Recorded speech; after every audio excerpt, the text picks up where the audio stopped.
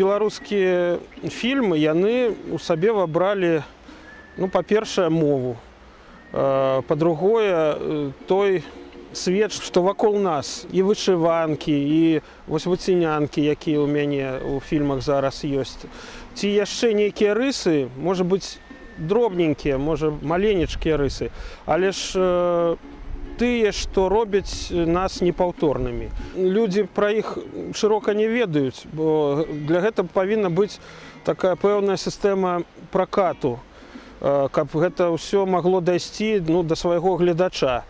Але ж тыя, хто цікавіцца гэтымі фільмамі, вось нашай серыяй «Аповесць мінулых гадоў», ці вось маімі апошнімі фільмамі, як «Беларускія прымаўкі», «Выцінанка, выразанка», ці дзіцячымі фільмамі, зараз яны, іх шмат рабілася і робіцца на Беларусьфільме, яны іх набываюць, недзе там DVD выхадзіла, нехта выкладвае ў інтэрнэт. Там можа прыйсці нейкі каментар там з Ютуба. Добра, што вы гэта робіце, ўжо мои дзеці па гэтым вывучаюцца, там, ці яшчэ як. Гэта можа быць для нейкага там прадзюсара ці бізнесмена, гэта мелкія ўсё такія радасці, але ж не так мала. Я думаю, гэта як зерня. Можа, яшчэ нейкія зерняткі там праклюнуцца.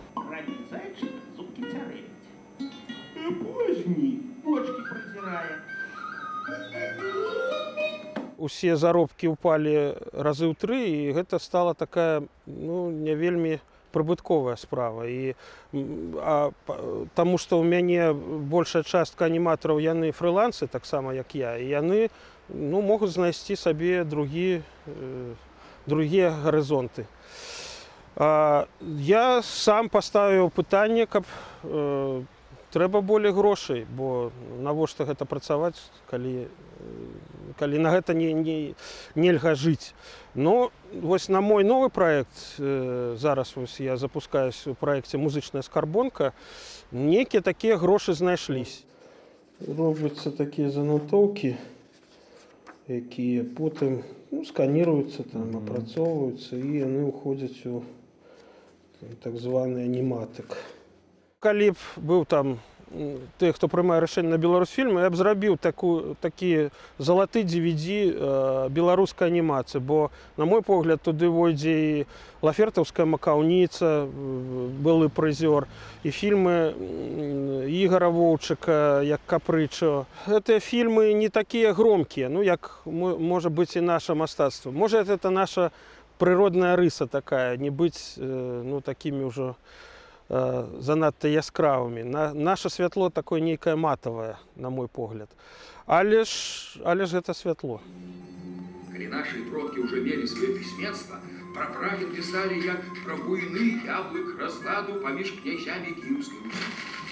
Упершыню горад з такой нагоды згаданы ў іпаціўскім летапісе. Як я 30 год таму прыйшоў анімацыю, так, на мой погляд, было ўвесь час. Гэта рабілася, па-першае, каб душа пела. Каб рабіць мультфільмы, гэта затратная справа. То есть, можа, гэтыя набыткі-то і не занадта вялікія.